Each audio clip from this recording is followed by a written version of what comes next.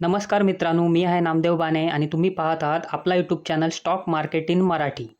मार्केटमध्ये पाठोपाठ IPO येत आहेत आणि मी त्यावर या चॅनलमध्ये डिस्कस करतो. मित्रांनो, आज आपण ज्या IPO बद्दल बोलणार आहोत ती एक इंजिनिअरिंग सेक्टरमधील कंपनी आहे, डिफ्युजन इंजिनिअर्स लिमिटेड. या व्हिडिओमध्ये आपण कंपनीचा फुल ॲनालिसिस करणार आहोत, जेणेकरून आपल्याला ठरवता येईल की IPOमध्ये अप्लाय करायचा की अवॉइड करायचा. लिस्टिंग गेन देईल का आणि दिला तर किती देईल. व्हिडिओमधील प्रत्येक मुद्दा तुमच्यासाठी महत्त्वाचा असेल, त्यामुळे कुठेही स्किप करू नका. व्हिडिओमध्ये शेवटपर्यंत टिकून राहा. जर तुम्ही चॅनल सबस्क्राईब केला नसेल तर सबस्क्राईब करायला विसरू नका आणि बाजूचं बेल आयकॉन क्लिक करा, जेणेकरून तुम्हाला stock market updates time to time भेटत राहतील.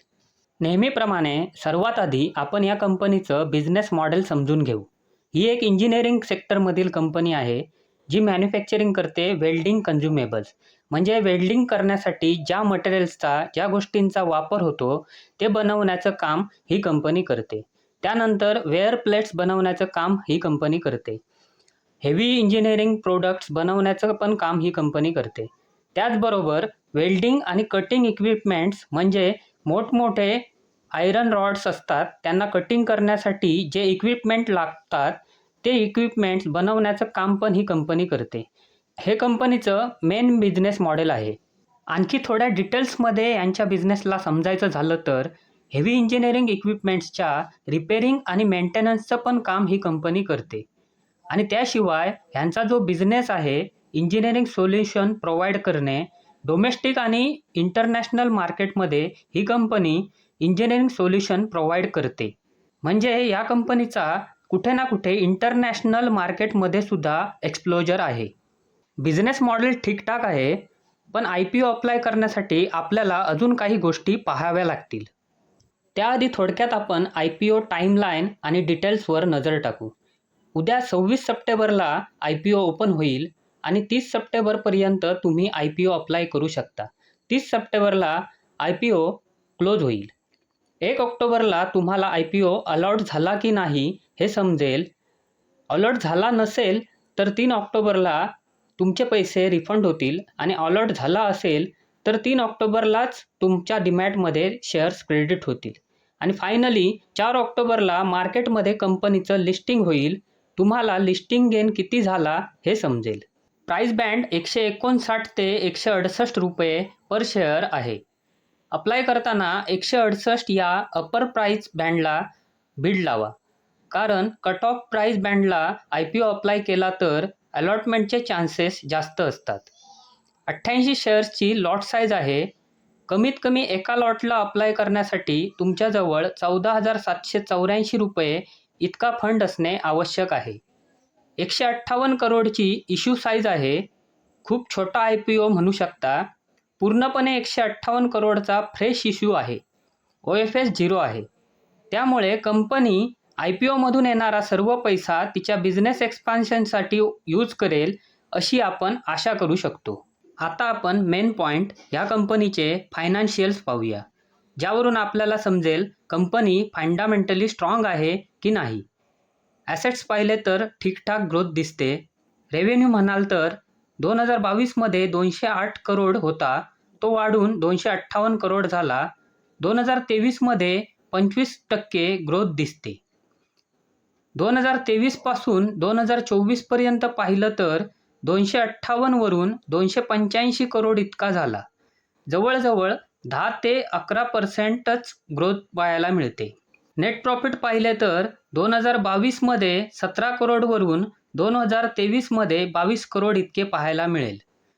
म्हणजे जवळपास 30% ग्रोथ पाहायला मिळते. आणि 2023 ते 2024 पर्यंत पाहिलं तर 22 करोडवरून 30 करोड म्हणजे 36 ते 37%ची ग्रोथ पाहायला दिसते.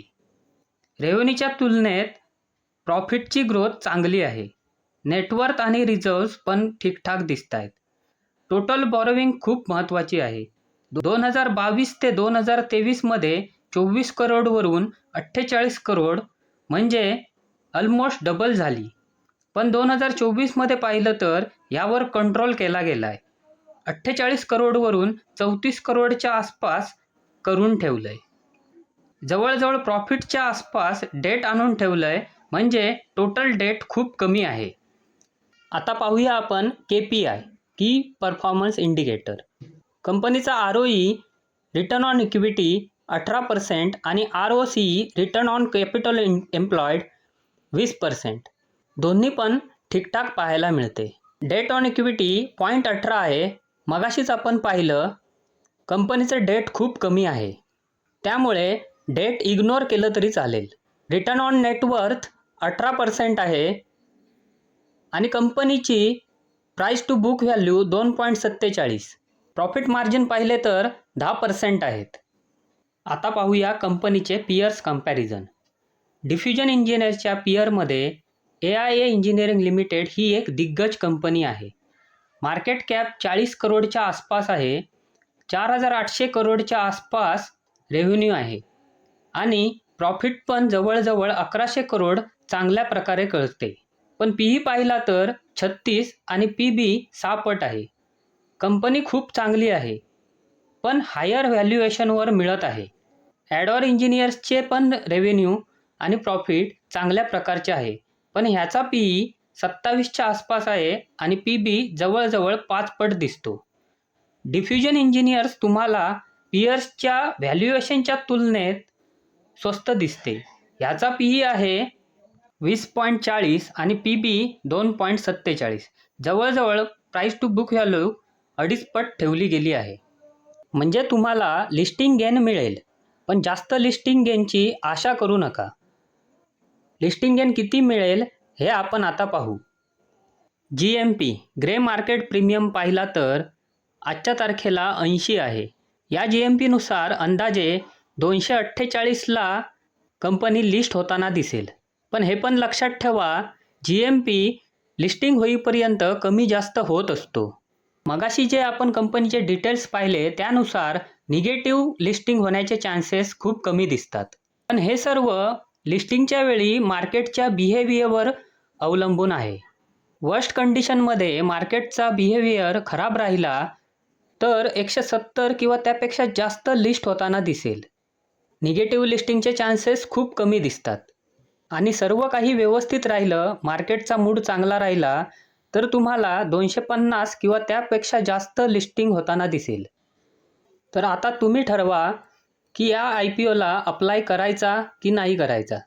तुमचं डिसिजन तुम्ही कमेंटमध्ये सांगा. हा व्हिडिओ मी येथेच संपवतो. पुन्हा भेटू आपण पुढच्या व्हिडिओमध्ये. व्हिडिओ पूर्ण पाहण्याबद्दल धन्यवाद.